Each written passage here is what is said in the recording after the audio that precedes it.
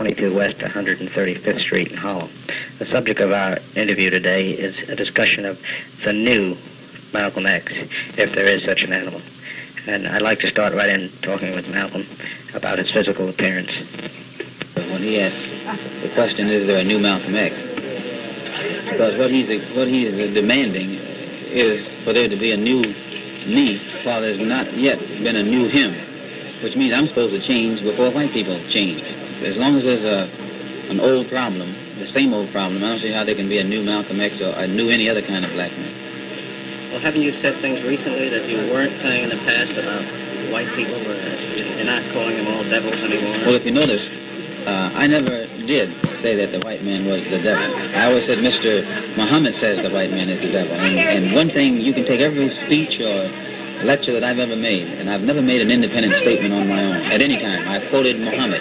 Does that mean that you were not yourself at the time? Or? Well, I believe in Elijah Muhammad 100%. And I also believed in his teachings.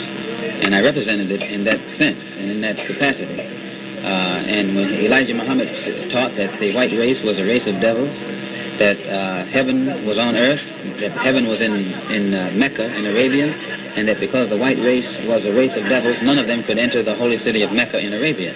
So that when I went to Mecca and saw so many white people there, and the white people that I saw there were practicing brotherhood and living their religion very, very religiously, I immediately began to reevaluate what Elijah Muhammad had said about Mecca and about the religion of Islam and about the white race in general. Well, was that the first evidence that Mr. Muhammad was not telling you everything you think he should have been telling you? Well, when different things in his own personal life that cast question as to his integrity as a man, much less as a messenger of God or a man of God, was the initial thing, that started me to questioning him. Do you think it's wise to make statements like that? Like what? Questioning his personal life. I mean, don't you think that he might retaliate in some way? Well, if he's a man of God, he won't retaliate. If he's the man of God that he has taught us he is, there'll be no retaliation. Hasn't there been trouble recently? I understood that you spoke at the wire recently, and he sent some people on to visit you. Well, I spoke. Did you notice any of his people around? I saw many, but they seemed to be listening to what I was saying. Was there any trouble?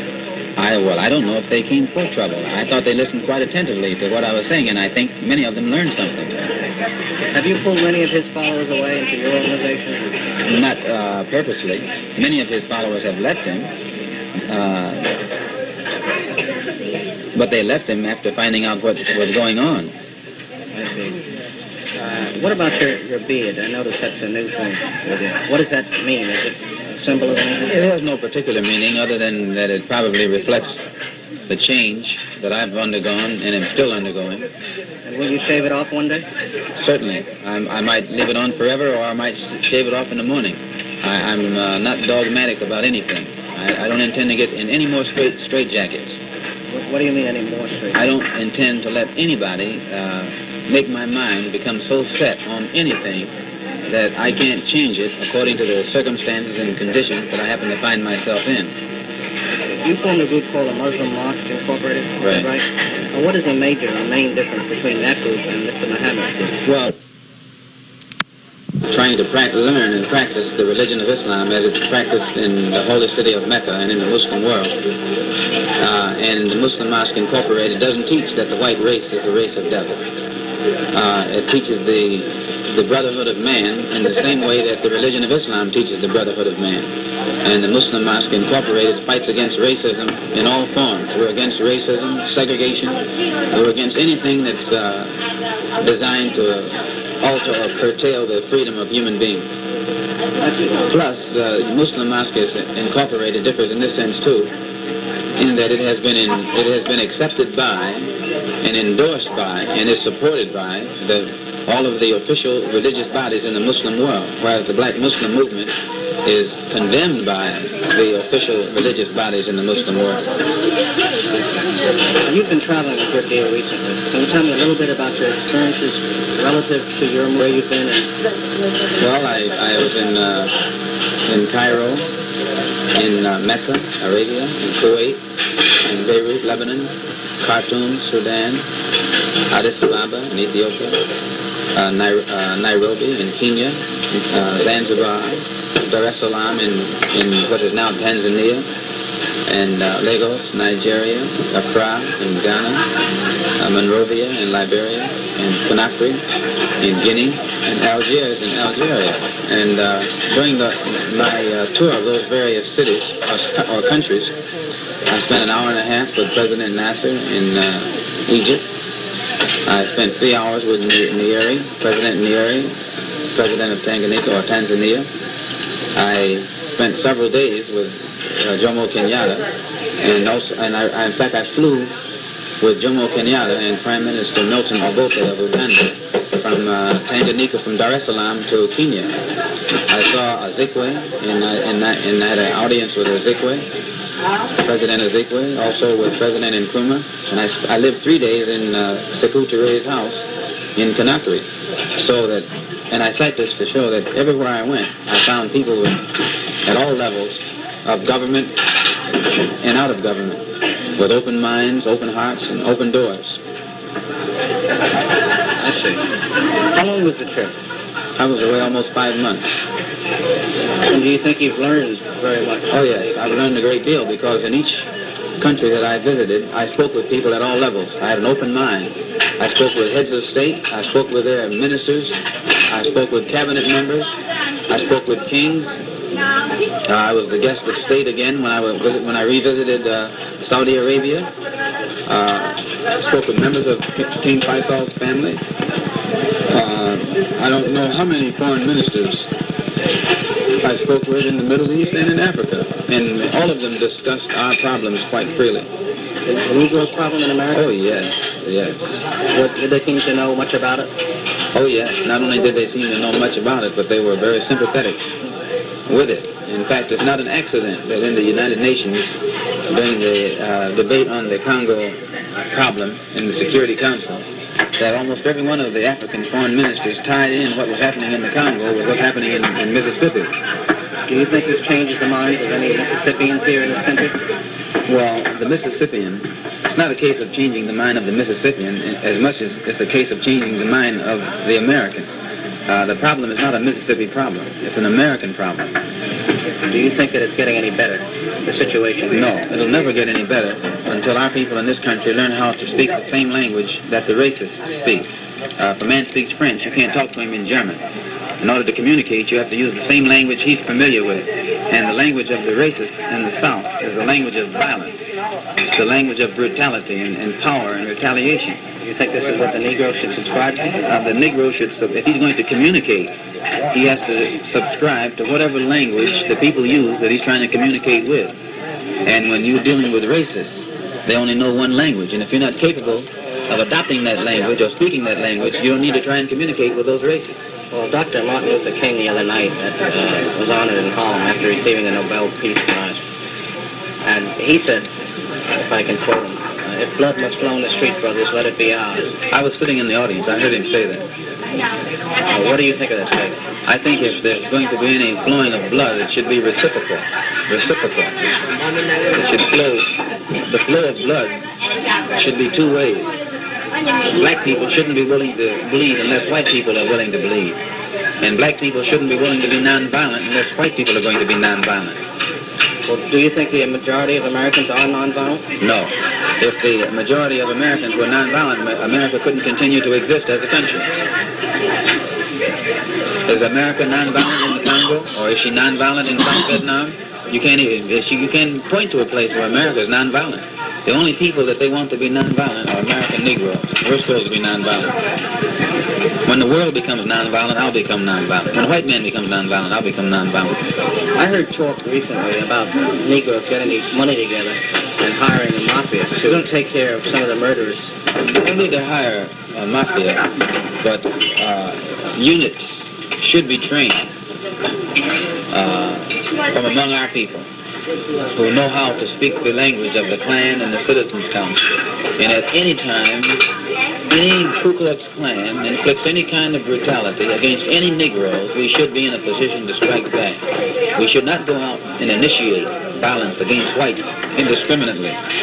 But we should absolutely be in a position to retaliate against the Ku Klux Klan and the White Citizens Council, especially since the government seems to be incapable or unwilling to curtail the activity of the Klan. Well, do you think in terms of numbers the Negroes would stand a chance? Oh, yes. I don't even think in terms of the Negroes aren't the minority like they keep trying to tell us we are. When you think of yourself within the American context, then we're a minority. But when we think of ourselves in the world context, we're not a minority. And when the Negro becomes more worldly and more international in his thinking, he'll find that we're not the underdog. But aren't we the underdog in this country? The country, this no longer is a Negro problem, and no longer is it an American problem. It has become a world problem. And this is what I meant when I said that the tone and the language of these African foreign ministers in the United Nations are showing they don't look upon it as a Negro problem anymore. It's a world problem. And in that context, we're not the underdog. You read today's New York Tribune, where the Algerian representative outright pointed out that how can Ed Lee Stevenson sitting there and talk about the Congo and all its justice and humanitarianism and all of that, and they just turned 21 assassins loose in Mississippi. Can you tell me a little bit about your new program, if you have a new program? We're not unveiling our new program until in January. But I will say this, that the Organization of Afro-American Unity, which I'm the chairman of, intends to work with any group that's trying to bring about maximum registration of Negroes in this country. But we will not encourage Negroes to become registered as Democrats or Republicans. We feel that the Negro should be an independent, so that he can throw his weight either way. He should be non-aligned. His political philosophy should be the same as that of the African. The absolute neutrality or non-alignment. And when the African makes a move, his move is designed to benefit Africa.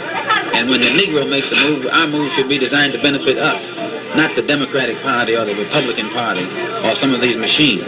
So our program is to make our people become involved in the mainstream of the political structure of this country, but not politically naive. We think that we should be educated in the science of politics so that we understand the very workings of it, what it should produce, and who is responsible when that which we're looking for doesn't materialize. Isn't it a new side of you? When you were with the Black Muslims, you didn't involve yourself in politics at all. Well, the Black Muslim movement has nothing within its mechanism that's designed to deal with things on this earth right now. Most of the Black Muslim movement's objectives are similar to that of the church. Only the difference being the church says that you're going to die and go to the promised land. And in the Black Muslims, I was taught when we get to the promised land when God comes and takes us there. Nobody knows where this land is. No hint of it is ever given. So this is the same as the church. I believe in the promised land, and I believe in God, but I believe that we should start doing something toward trying to get to it right now. And if God wants to get into the act, good. And if he's not ready yet, we at least won't be sitting around here waiting. How much religion do you teach your followers today? Well, as I say, I'm also a Muslim. And we have the Muslim Mosque Incorporated, which is religious. Yeah. But we keep our religion in the mosque. All of our religious services are held in the mosque. Our religious lectures are done in the mosque. But when we leave the mosque, we don't bring our religion into the Organization of Afro-American Unity because that would create disunity. I see. Because there are Negroes there who are Christians. Well, how is your organization, your new organization, progressing? Do you think that it's meeting your time schedule if you have one? No organization meets any time schedule. Nothing on earth meets the time schedule. So we don't feel disadvantaged or dispirited by our failure to keep up with our time schedule. Time schedule was yesterday. No time schedule will put us on time. We're already behind time when we get started. But we do feel that we're getting the support of our people, both in the religious direction and also in the OAAU direction. Are you getting new members? Oh, yes. In your organization? Oh, yes. All the time? All the time. Do you say one thing in New York, another thing in Chicago, or do you think you speak in national language? No, I say one thing in New York and another thing in Chicago. I say one thing in Harlem and another thing downtown. Because you're dealing with two different two different people. Do you tell people what they want to hear, essentially? I don't tell them what I tell them. I tell them what I got on my mind to tell them, whether they like it or not. And I think that most people will have to agree. I don't think anybody could ever accuse me of telling people just what they want to hear. But most of them don't want to hear what I'm talking about, especially white people. I was at a party the other night talking with a young man, and he said that, I asked him what he liked most about you, and he said he liked your manness. Your manness. And he said that you were the only Negro leader in America that he's ever heard of or read about who didn't ask for permission to say things and to do things. Do you like this attribute? I have never looked at it that way, but I know that if I think something is the truth, I'm going to say it. And if I think it's the truth, I'm going to say it, whether someone likes it or not. Do you think in terms of separation anymore? No. No, because Elijah Muhammad himself doesn't believe in separation. As long as I thought he did, and I believed in him too, well, I believed in that. But I think that whole thing is just used as a gimmick to get people. Do you think the Negro can succeed in America through the vote? Well, independence comes only by two ways, by ballots or bullets. You read historically, you'll find that everyone who gets freedom, they get it through ballots or bullets. Now, naturally, everyone prefers ballots, and even I prefer ballots, but I don't discount bullets. I'm not interested in either ballots or bullets. I'm interested in freedom. So, and I'm not interested in the means. I'm interested in the objective. So, I believe that black people should get free by ballots or bullets. If we can't get ballots, if we can't use ballots to get free, we should use bullets. Yes, I believe that black people should be just as quick to use bullets as to ballots. Because if the white man is not giving us anything. It's not something that is his to give, you know. He's not doing us a favor when he permits us a few liberties. So, I don't think we should approach it like that. I don't think we should approach our battle like we're battling a friend. We're battling an enemy. Anybody who stands in the way of the black man being free is an enemy of the black man and should be dealt with as an enemy. Would you say there's some black men among that group? Oh yeah. A lot of black people are in that group, but they're not independent. They're puppets. You don't worry about the puppet. You worry about the puppeteer. Like Shambi is a puppet, American puppet. You want to relate what kind of following you have in terms of size or intellect or dedication? Well, they're dedicated. It's impossible for anybody to get involved with anybody like I am and not be dedicated. You know, this is true. Nobody would even take the time or the risk to be identified with the type of image that's been projected if they weren't dedicated. Do you think that a truce, if I can use that word, between you and Elijah Muhammad could be established so that you would not harass him and he would not harass you? I don't harass him. I function as if he doesn't exist. How are you? I'm not interested in entering into any arguments or discussions with small people about small things. At the Martin Luther King... You imagine, I read something, this is the only time I've ever answered this, and I just want to say this. I read where they were supposed to have sent out a telegram telling me that for maligning Elijah Muhammad, that my life would be in danger. You know? Here's an organization that spends its whole newspaper, 7 pages, telling lies about me. It has the audacity to say, if I say anything, why they're out of their mind. So you take the threats lightly, too? I don't take anything lightly. I don't take life lightly. But I never worry about dying. I don't see how a Negro can start worrying about dying at this late day.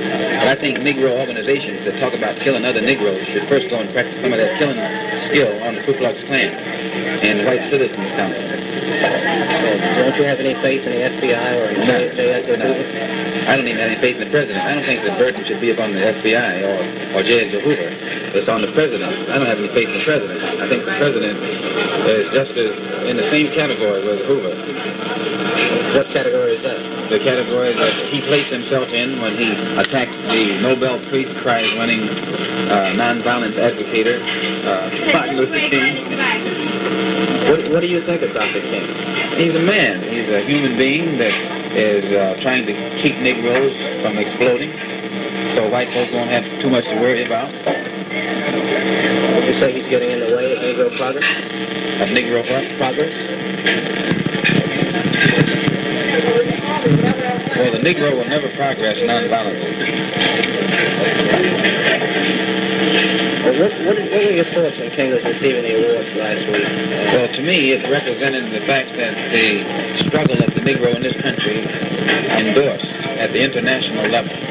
And it was looked upon as a problem that affects the peace of the world. And it was looked upon as a human problem, or a problem for humanity, rather than just a Mississippi problem or an American problem. For me, King getting that Nobel Peace Prize, it wasn't King getting it.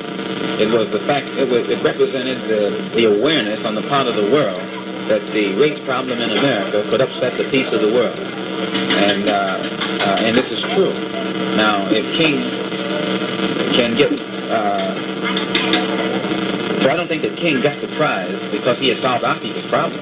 But we still got the problem. He got the Peace Prize, but we got the problem. So I don't think he could have gotten the medal for that. On the other hand, if Negroes can get it non-violently, good. You in favor in that? I say, okay. I'm not in favor of anything that doesn't get the solution. But if Negroes can get freedom non-violently, good. But that's a dream. Even King calls it a dream. But I don't go for no dream. And the only way you can think Negroes can get it non-violently is dream. But when you get out and start facing the reality of it, Negroes are the victims of violence every day. So I'd rather get violent, right along with the white man. Have you ever received an award of any kind for your work? No. Yeah, I received an award whenever I walk the street. And people, whenever I walk the street and I see people ready to get with it, that's my reward. Whenever people come out, they know in advance what I'm going to talk about. And if they show any sign of interest in it or agreement with it, that's my reward. And when they show that they're fed up with this slow pace, that's my reward. When King received his medal, did you sort of wish that it was yours, or did you hurt? I don't want the white man giving me medals. If I'm following a general, he's leading me into battle. And the enemy begins to give him rewards or awards, I get suspicious of him. Especially if he gets the peace award before the war is over. Some people consider that you're a dangerous man. What do you think about that? Dangerous to what? To whom and to what? That you might advocate violence, that you might precipitate violence. Precipitate? How you don't precipitate violence? The Negroes are getting murdered every day. Well, some people feel that you might retaliate. Well, they feel right. I believe that Negroes should have retaliated a long time ago. I think that the Negro shows signs of abnormality as long as he doesn't fight back. He's abnormal. He's not a full-fledged human being. So, I don't like to keep talking about King, but he says that we should fight, Negroes should fight hatred with a weapon of love. Do you think that's possible or practical? No. Negro's been loving the white man for 400 years, and he hates us now as much as he did when he started. We see nothing in him and his behavior toward us but hate. You can't fight hate with love. You can't fight. Why don't they fight Russia with love? Fight Cuba with love? Why don't they fight China with love? I mean, if it's going to work. If it's such a weapon, they need to send King to Korea and South Vietnam. Do you think the press has been fair to you recently? No. Pardon me? Do you think the press has been fair to you in recent months? Well, I read in the New York Times the other day that because I had said that American Negroes need a Mau Mau, this contradicted what I said from Mecca when I claimed to believe in the brotherhood of man. This is shrewd press manipulating. What I said didn't contradict. When I said I believe in the brotherhood of man, I still believe in the brotherhood of man. When I said I believe in the Mau Mau, I still believe in the Mau Mau. Mau Mau is an organization that was dedicated to bringing about independence for the people of Kenya. They were a brotherhood in themselves, and they believed in brotherhood. And I believe that in the brotherhood of man, but I also believe that our people need organizations that will fight against those who fight against us. This is no contradiction of brotherhood. Do you think the Negro has a positive future in the U.S.? No. Well, how positive is the U.S. future? The U.S. doesn't seem to have too positive a future itself. How can you have a positive future inside a system that doesn't have a positive future itself? You don't propose that Negroes leave the U.S.? I propose that we have the right to do whatever is necessary to bring about an answer to our problem. And whatever is necessary. If it's necessary to leave to get a solution, then we should leave. If we can get a solution staying here, then we should stay. The main thing we want is a solution. Here's a question way off in another direction. Have you ever considered becoming or had you as a youth, becoming a lawyer or a doctor or a minister or a fireman? Back when I was a youth, they didn't have too many Negro doctors or lawyers, especially where I grew up. And they didn't even have any Negro firemen when I was a youth. When I was a youth, the only thing you could dream about becoming was a good waiter or a good busboy or a good shoe shine man. I mean, that's the American dream. That's when I was a youth. That's the way it was. And I didn't grow up in Mississippi either. I grew up in Michigan. Well, do you think things have changed very much since you grew up? They've changed in this sense. If you're a butler for a poor white man, you're a butler. And you live but so well, you eat but so well. But if your master becomes rich, you begin to eat better and begin to live better, but you're still a butler. And the only change in this society, we occupied a menial position 20 years ago. Our position hasn't changed. Our condition has changed somewhat, but our position hasn't changed. And the change that has been brought about has been only to the extent that this country has changed. The white man got richer, we living a little better. He got more power, we got a little more power. But we're still at the same level in his system. You understand what I'm saying? Oh, yes. Our position has never changed. The ratio has remained the same. Certainly. If you sit at the back of the plane, when it's going 100 miles an hour, you're on the back of the plane. Well, it can start going 1,000 miles an hour. You're going faster, but you're still at the back of the plane. And that's the same way with the Negro in this society. We started out in the rear, and we're still in the rear. Society is going faster, but we're still in the rear. And we think we're making progress because they've made progress. So why do you stay in America? Wouldn't it be easier for you to... I was offered some good positions in several countries that I visited. Good positions that would solve my problem as an individual forever, but it would not solve the problem of our people. And I feel pretty much responsible for much of the action and energy that has been stirred up among our people for rights and for freedom. And I think I'd be wrong to stir it up and then run away from it myself. Well, if you didn't live here, where would you like to live? What do you think would be the best country for you? There are several countries on the African continent that are so beautiful. They're like paradise. Several countries. Many, not several countries. The whole continent is beautiful. And but there are several countries over there in particular that just knock me out. What would one of them be, or two of them? Well, I wouldn't specify any one, but several. If you had your life to live over again, would you change anything that you've done? That I've done? I don't think there's anybody who, if he had the power to live his life over, wouldn't change something that he's done. Well, can you think of something you might, relative to your movement, to your cause, for freedom for the Negro? It'd be difficult to get that. Well, you think you're going to have to leave your home in Long Island next month? Well, there's, actually it's mine. Why is it yours? Well, it was mine from the start. Absolutely. Elijah Muhammad knows that. This is another thing that made me see him as he really is. And also see even the officials of the Muslims as they really are. Because all of them know who the house belongs. And if I had been trying to use the movement to my advantage, I wouldn't have been living in a house which only which is a 5-room house actually, I would have been as they are, you know, or as he. He lives in a $150,000 house in Phoenix and got another 18-room house in Chicago, in which he told me to my face, I helped him buy. You know? And now he's trying to take yours away. Yeah, and mine isn't worth but about $15,000. But I mean, all that's to be expected. It doesn't excite me. In a way, I'm glad because it awakens me, you know, to the realities of life and the frailties of human beings, especially those who claim to be divine. Do you feel that your new movement is bigger than you are? Any movement is bigger than an individual. Anytime you get a movement that's smaller than the individual, it's a failure from the start. Well, are you training anybody as an understudy? Yes, not everybody is understudy. When you train people to think, if you don't do anything to stop people from thinking, they're automatically getting in a position to take it. I think he wants to ask you something. Do you expect further riots next year? Yes. You do? Yes. I expected even the miracle of 1964 was the degree of restraint that Negroes had displayed in Harlem.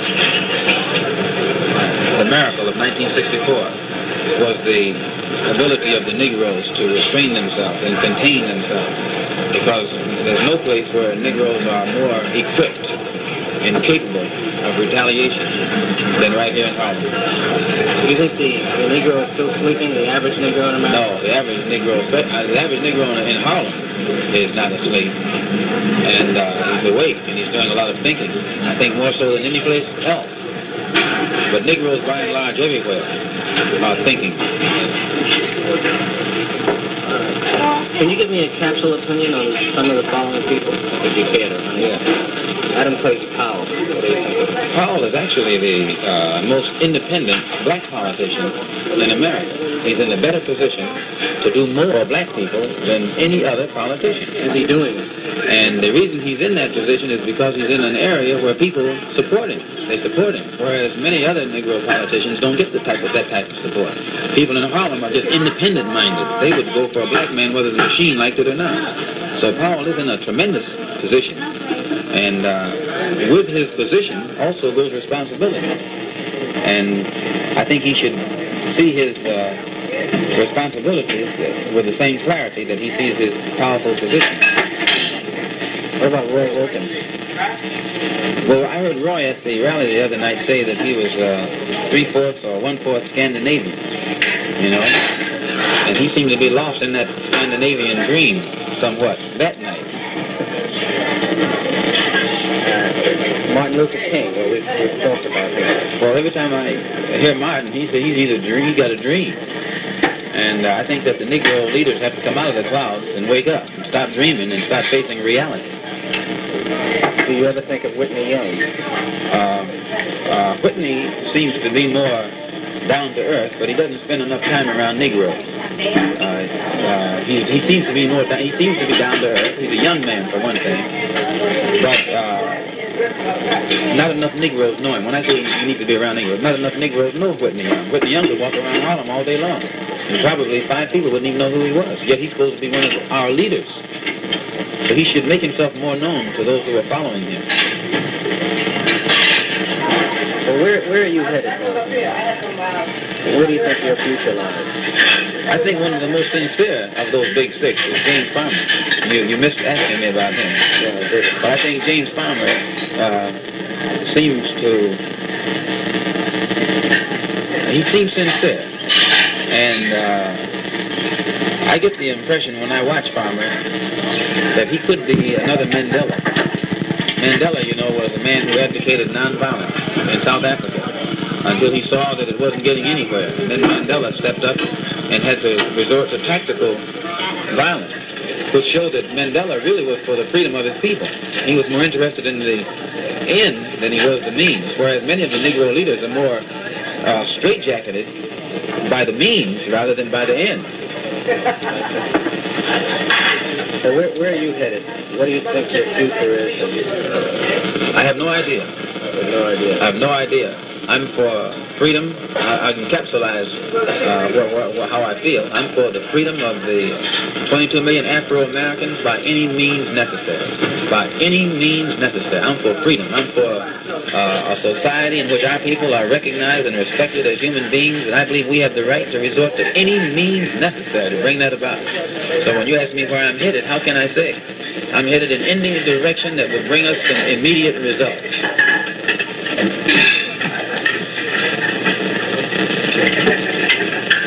Nothing wrong with that. No, that's what I'm for too. It's pretty. Any means necessary. I won't give you another 5 minutes.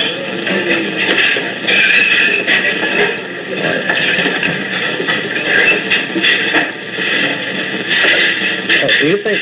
I think it's going to take a tremendous public relations job to change your image. And you may not be interested in changing your image, but everybody else is. I agree with a lot that you say, but I don't see how people can sign up with you. They don't need to sign up. The most effective part of the tree are the roots. And they're signed up with the tree, but you don't ever see them. They're always beneath the ground. And the reason that you never see me worrying about my image is that image puts me in a better position than it puts anybody else in. Because I'm able to walk through the street or any place else and really find out where people are at in a silent sort of way. I know where they are in a silent sort of way. And I think that the sympathies are deeply rooted. Many of them.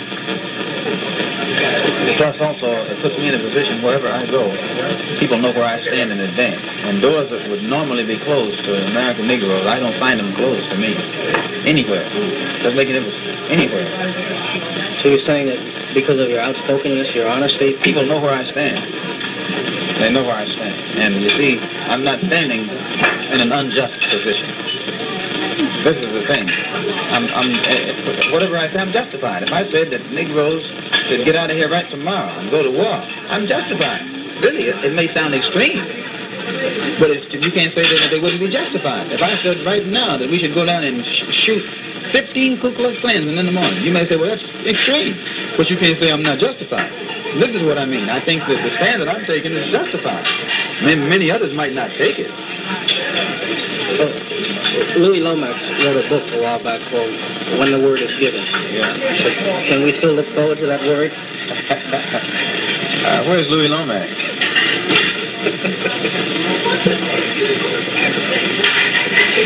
I haven't seen Louis in a long time.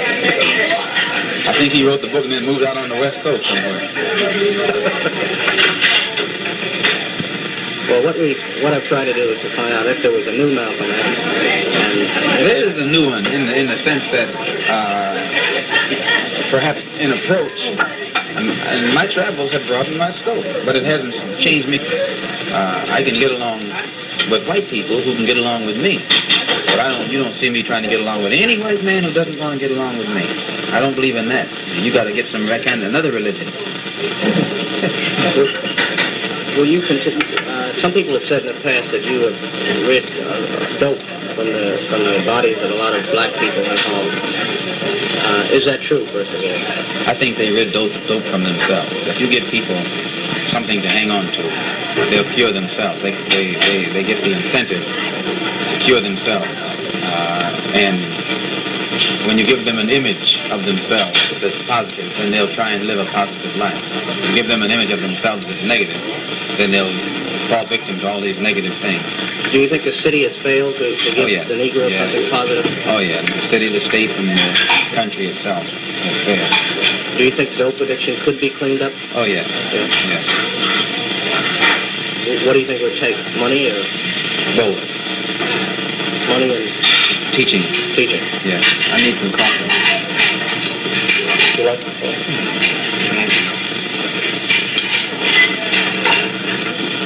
Takes all of that, yeah. It takes the Negro has to see himself, a new image of himself. In fact, whenever a person resorts to dope, they're seeking an escape. They're trying to go into another world because this world has failed them. And since they don't know how to do it in a real way, they resort to these artificial means of escape. They turn to whiskey, some turn to whiskey. Some turn to fighting, you know. Some turn to some turn to crime. Then others, you know, they turn to different things. Well, do you think the Negro, if it's true, uses more dope because he has more problems? It does. I think if it's true. Take your highest, in New York City, I forget what the percentage of America's dope addicts live right here in New York City, but it's about 60%. Oh, yeah. And then find out where in New York City do they live. Or what percentage of drug addicts in New York City are white? Probably 5%. The rest of them are black, young people. And this is, the society makes us a drug addict. Society. It's the society that makes Negroes turn to these things. You can't blame the Negro. He's not a criminal. He's the criminal is the society. When you find a Negro who has turned to crime, his turn to crime is the reaction. He doesn't turn to crime because he's a criminal. He turns to crime as a reaction to the criminal society. The society is criminal. It will force you to steal in order to live. It forces you to take drugs in order to escape their oppressive, the psychological pressures that are put on you. No. Hello. How was your trip? Very good. Good. Good to see you.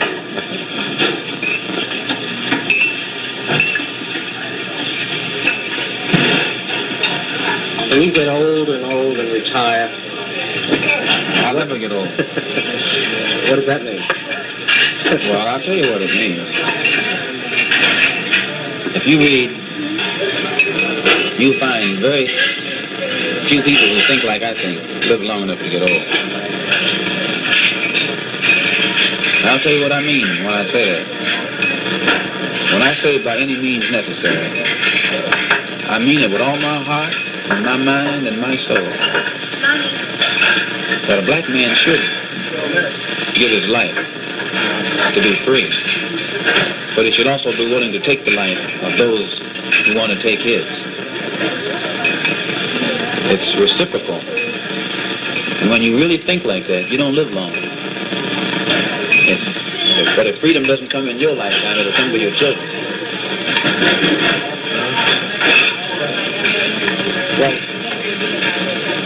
Well, another thing about being an old man, I never had come across my mind. I can't even see myself old. Huh? No. So how would you like to be remembered by your black brothers around the world, 100 years from now? Sincere. In whatever I did or do, even if I make mistakes, they were made in sincerity. If I'm wrong in sincerity.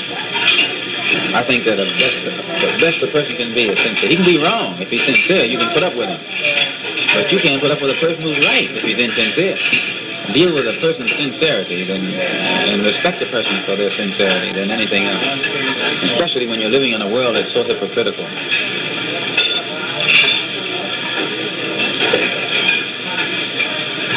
Well, that's about it.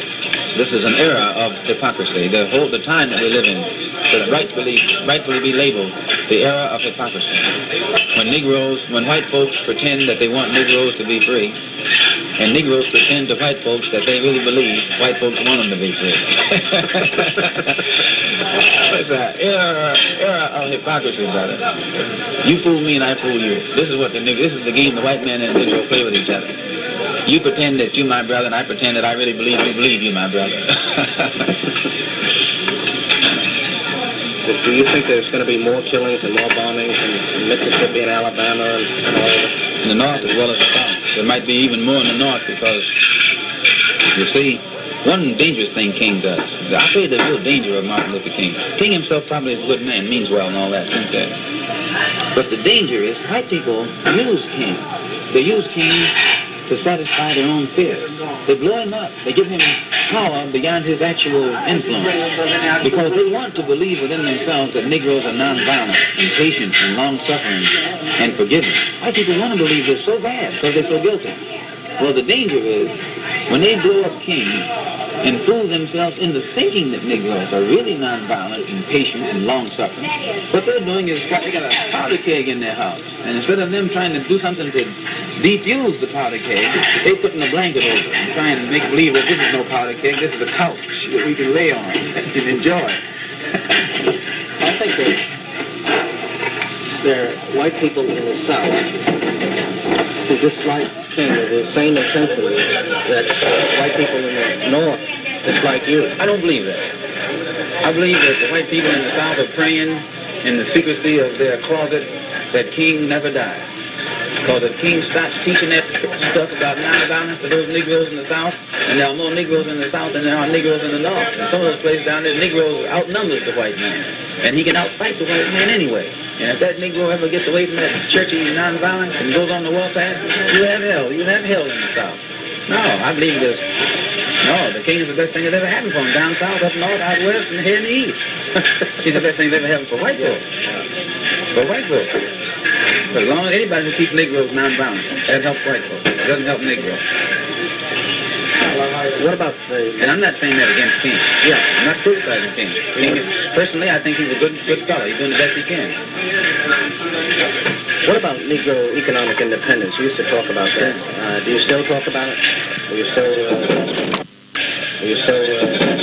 I remember one phrase you used on a broadcast was that the white man built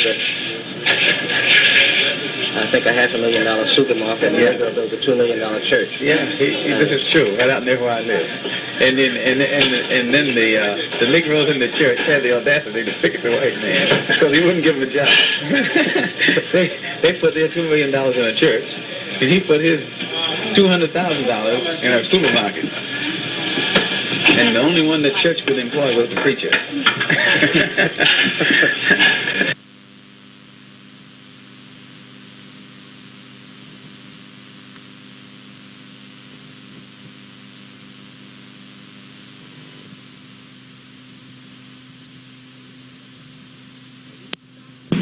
I didn't start this thesis easily. I started in 1970.